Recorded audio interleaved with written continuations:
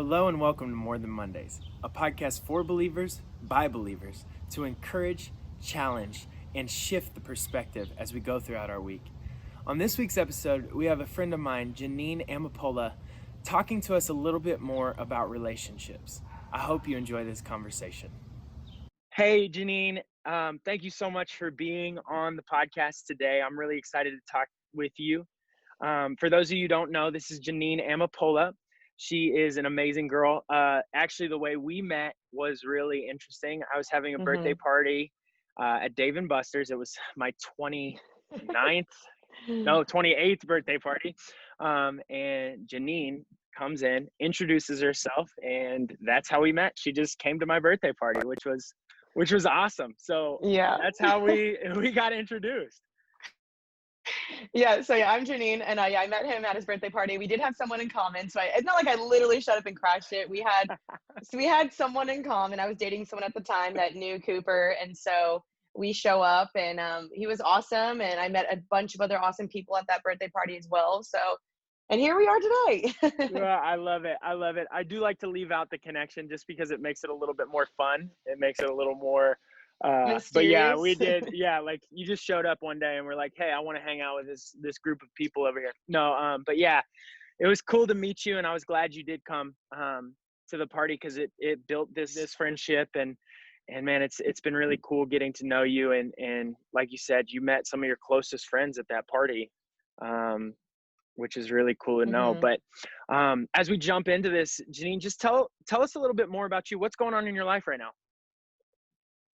Yeah, so I'm Jeanine Amapola. I am 26. I'm from Dallas, but I live in LA right now. But I'm currently back in Texas visiting my family. I was in California for the 2.5 months of quarantine. Finally, I was like, I need my family. So booked a one-way ticket, and I'm in Austin right now with my sister and brother-in-law, and I'm just so happy to be home.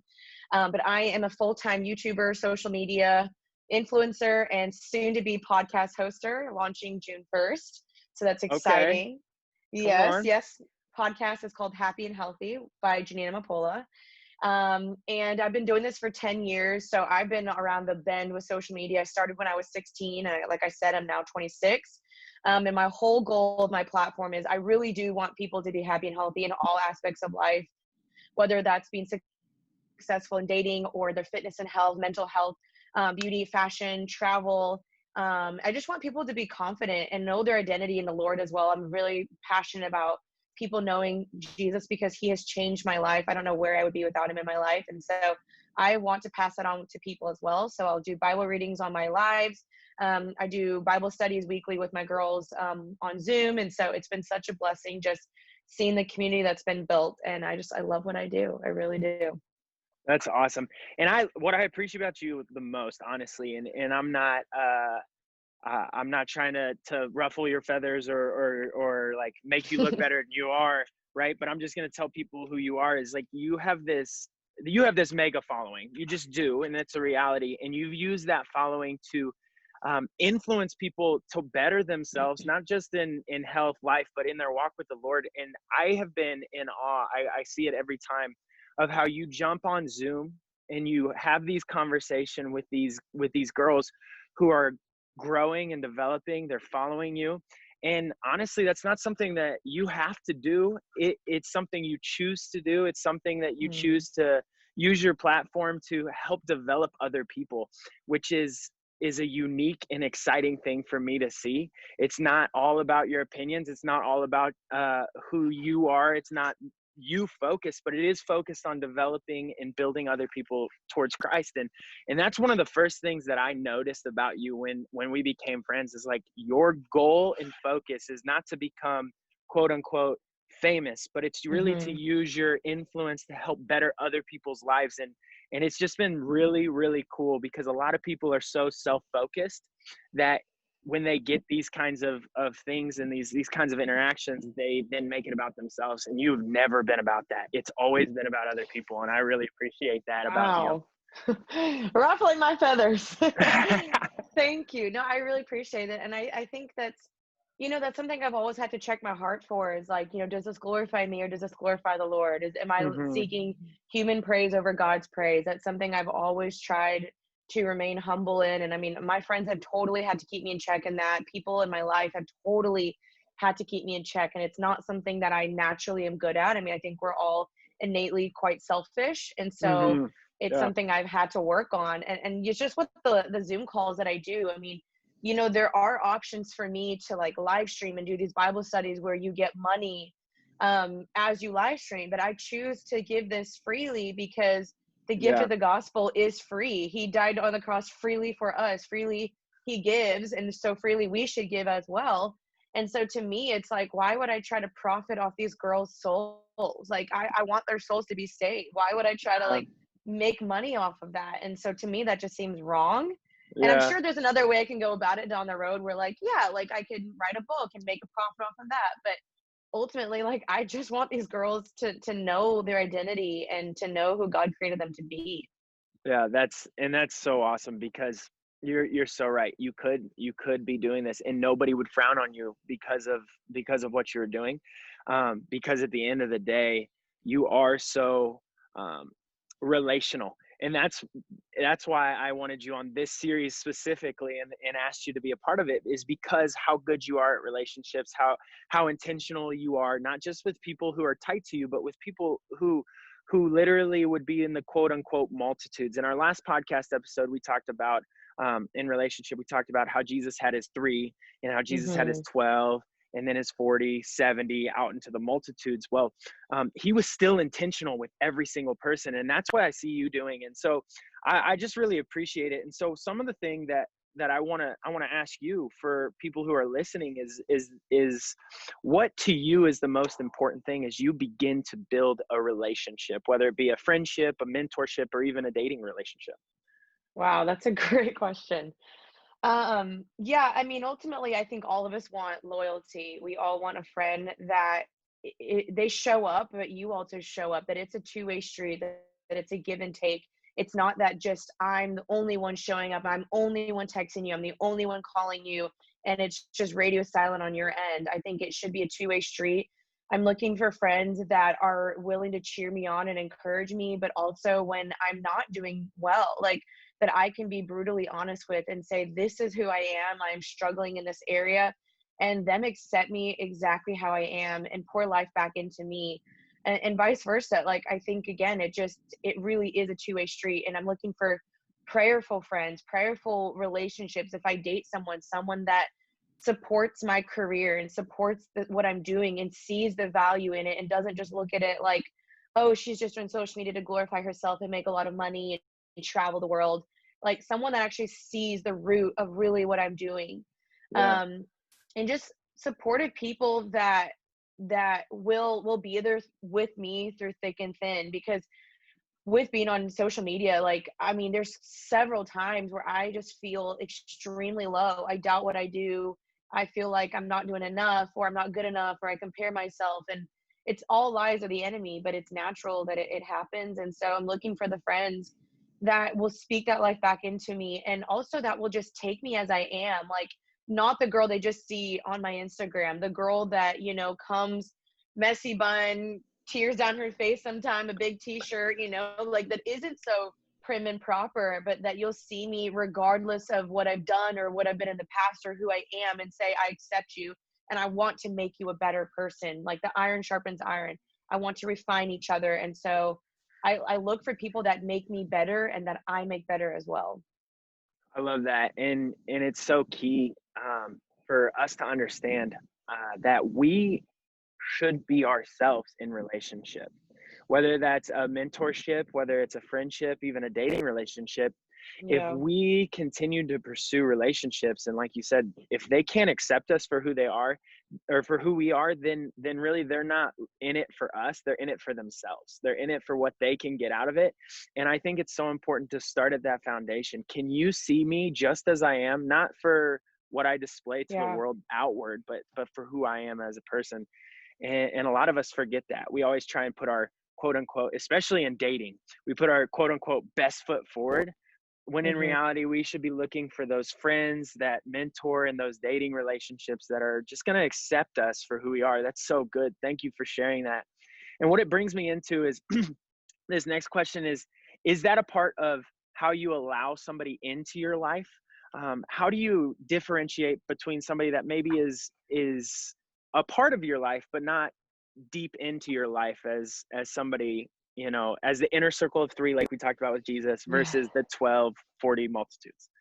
Yeah, no, I love that you talk about the 3 versus the 12 and the 40 because I talk about that all the time on my platform as well.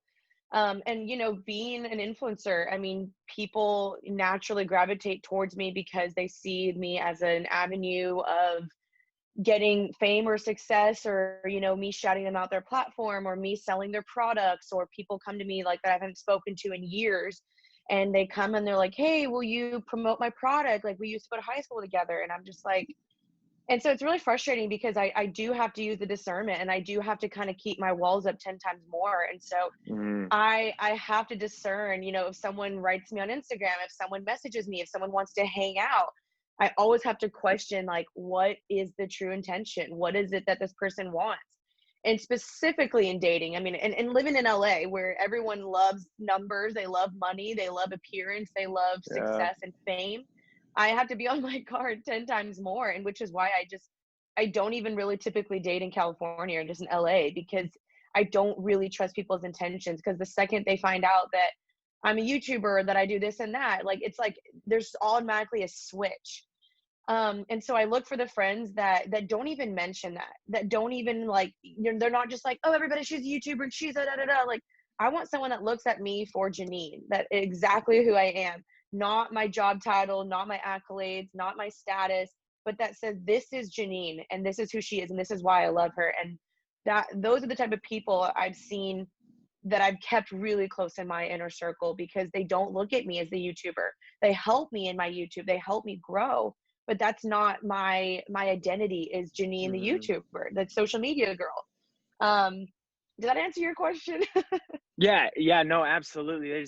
There's definitely, we all have to have criteria, and I think what you said there is important to understand is our titles are not who we are. Hmm. Jeanine, that's why when I look at Jeanine, I look at Jeanine as a person who has influence, not a person who's a quote unquote YouTuber, but like a person who has influence. And then I look, what is she doing with her influence, right? Because we Hmm. all have influence. It's just different levels, different groups, different circles.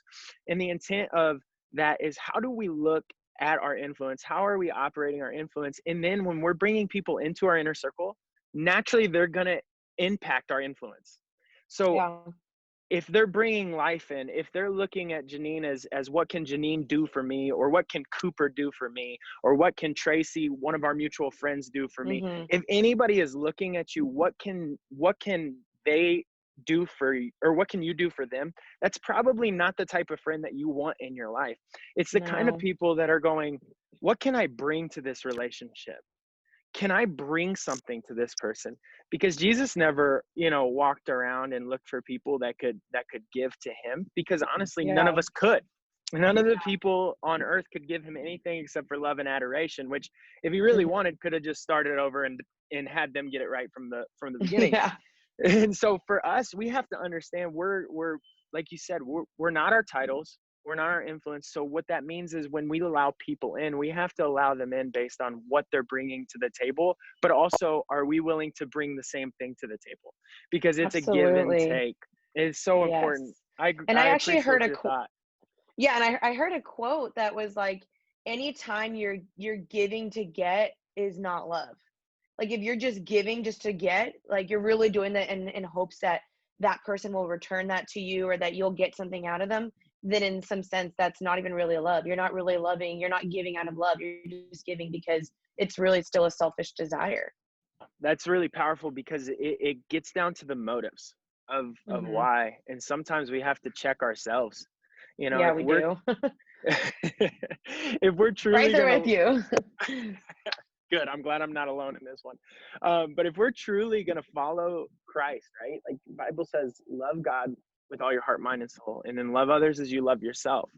And so if you don't truly know how to love yourself, there's going to be kind of a drop off. And And I'd love for you Mm. to kind of talk about how you've realized, like, man, I got to love myself first so that I can love others well. Can you share a little bit of maybe a journey? Because you kind of talked about how your friends have connected or kind of pulled you back down to earth in certain situations, but how have you learned to do that in your quiet time with the Lord? Yeah, that's so great. I would definitely say I struggled with identity growing up. I mean, I had a really unique childhood. You know, I had foreign parents. I'm the youngest of seven. I was homeschooled. We didn't grow up with a lot of money.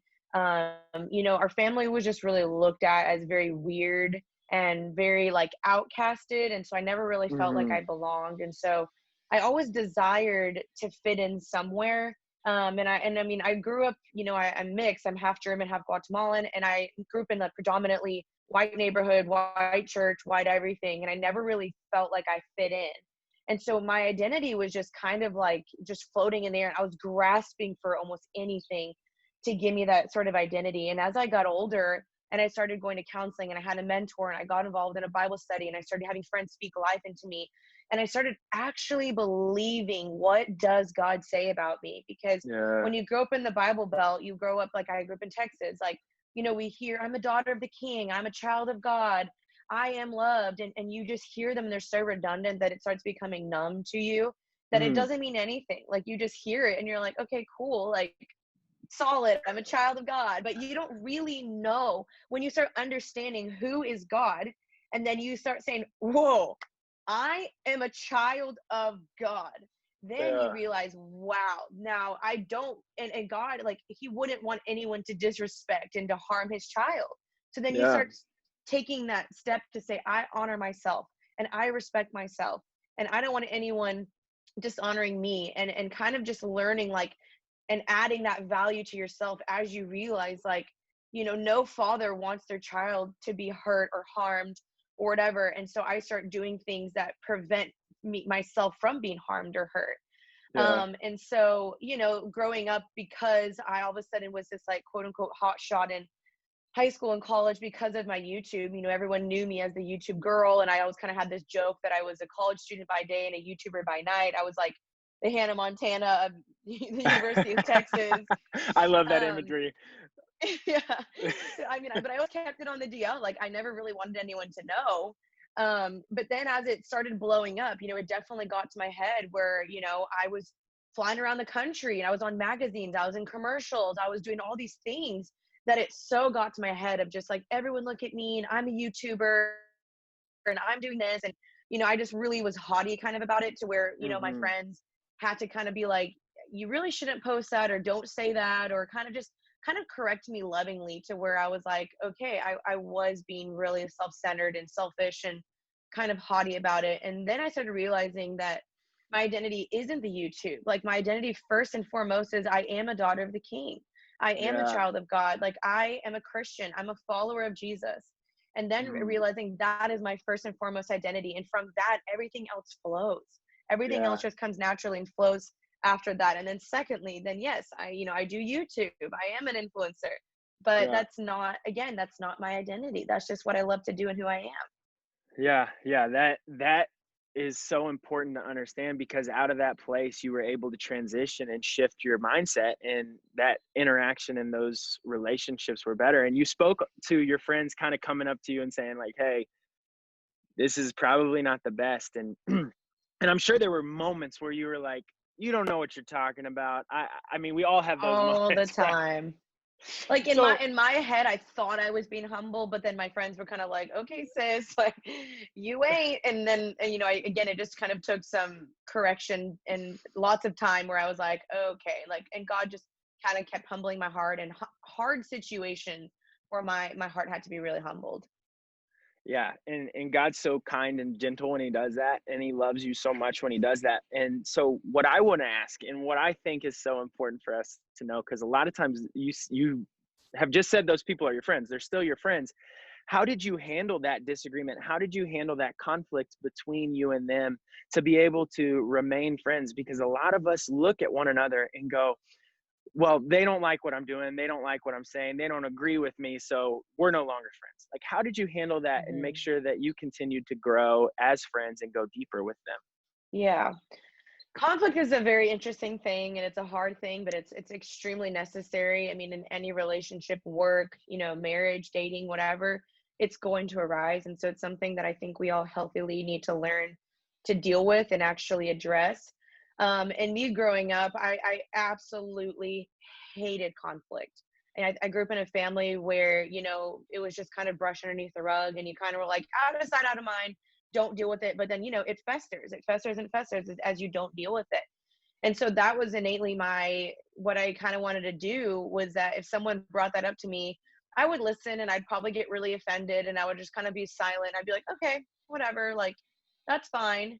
And then I would probably go home and I just didn't want to talk to them. And I would journal and I would be mad and I would cry and I would be offended and I would be like, how dare they say this? Like, they don't know my heart. They don't know my intention. And, probably my instant reaction was defend myself of like kind of what you were saying. Like, you don't know what I'm doing and you don't know what's in my heart and you don't da da da da da. But, I think the way that things come across, the appearance wise, I mean, it's not wrong for my friends to have assumed that about me because it did come across as that because it was that. And so as Yeah. I got older, I started realizing that, okay, it's like, it's not a bad thing to listen to correction. And as I just read the entire book of Proverbs with my Instagram, I went live every single day, read a chapter a day on Proverbs. Proverbs constantly talks about, heeding correction, seeking counsel, listening, applying the words, and taking wisdom. And so as I've gone older, I was like, okay, Jeanine, it's good for you to listen to this. It's good for you to say, okay, like, I'm going to humble myself, even if it hurts. And it's not that I can't rebuttal the person and kind of be like, hey, well, here was really my heart intention behind what I did. But I will now at least listen and I'll challenge the person back and I'll journal about it and I'll be like, God, like, the verse, I think it's in Psalm, it's like search my heart and see if there's any offensive ways in me. Yeah. That's kind of what I always posture my heart is like, God, search my heart. And if there is haughtiness in me, then I want you to correct that and humble me. Yeah. And that's important because a lot of times I think the thing that we don't do in these disagreements is we don't reflect on ourselves. We just get defensive. And so shifting that from, maybe you do say something and say, oh, that, I had a moment with our friend Tracy where he sends me this text message about something, how it came across. And I sat and I read the text message. I was like, that is definitely not what I meant at all by any stretch of the imagination. But I sat before I responded and said, no, you're wrong. Blah, blah, blah. I sat and go, okay, let me see how this comes across if I'm reading it myself. And I prayed about it. And I was like, you know what? He's right. It does come across that way, regardless of if I meant it to or not. It comes across that way. And so I think what you said was so important, that we need to not necessarily not defend ourselves and just get walked on, but defend ourselves and say, you know what, but I'm going to look at it and I'm going to go deep in me with God and see what he says about this situation. Because if they're truly our friends, they just want the best for us. They do. Yeah. And it's good that you sat there and put yourself, I think empathy is the ability to put yourself in someone else's shoes. So if Tracy said, hey, that really hurt my feelings, it's awesome that you were able to sit and say, okay, how does this make someone feel? And I always try to do that, of like sitting there for a second before you just like speak and get mad. Like, Proverbs always again talks about like thinking before you speak. And so pausing for a second and saying, okay, like before I just get mad, how does this make that person feel? And I mean, and I think that's just a life lesson that all of us should know and learn as we go through life. Yeah. It's so important. And I think that you're so right. And I do have one more quick question I'd love for you to answer. How has your relationship with Jesus shown you how you should interact with those around you? Oh, that's such a good question. Have you heard, I'm assuming you've heard of Bob Goff. Oh, yes. He's incredible. He's Amazing. Incredible. Yes. So I I'm called reading him his on book. the phone. Did you really? Yeah, he's the Yeah, I numbers know in the that's back like, of his book. he always has that. I think it's so funny. Like he is truly someone, like I'm currently reading his book, Everybody Always, and it's literally loving the most difficult people, becoming love in a world full of setbacks. I think that's what the title of the book is. Yeah. And that is showing me, it's like how when you love someone, you go the extra mile, even if maybe you don't have time or you don't have the energy or that you don't feel like they quote unquote deserve it, but you still love. just taking time to check up on somebody, to call somebody, to text them, to say, I'm thinking of you, to be very intentional about prayer. I think something that I've really developed this last year was intentionality with prayer, because, you know, if someone says to me, hey, will you pray for me? Or if I say, hey, I'm going to pray for you, then I actually want to do it. And so I make sure to be Hmm. intentional about sending someone a voice memo prayer and actually praying for them that they hear it. And just kind of trying to go the extra mile of just like, what would I also want this person to do for me in this situation?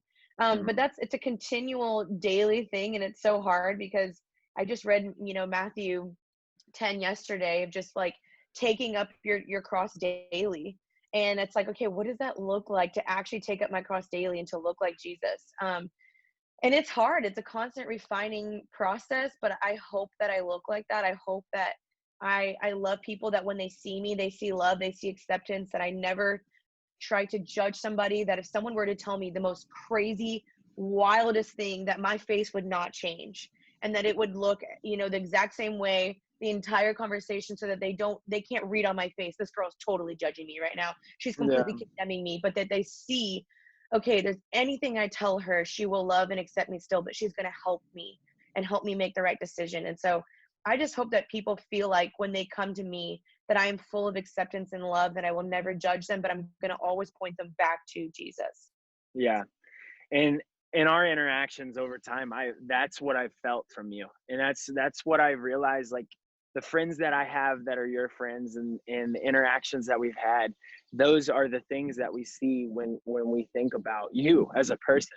Is it's so Thank you. easy to see those things in your life and the pursuit of those things. And I mean, it's really cool to watch people who know how to love other people well. Yeah. And I really appreciate that about you. It's something that you don't just in words say, but do. So one more thing, give us a piece of encouragement for the rest of the week. What's something, well, it can be about relationship. It can be something entirely different that God has just kind of laid on your heart that you want to share. Anything in the world.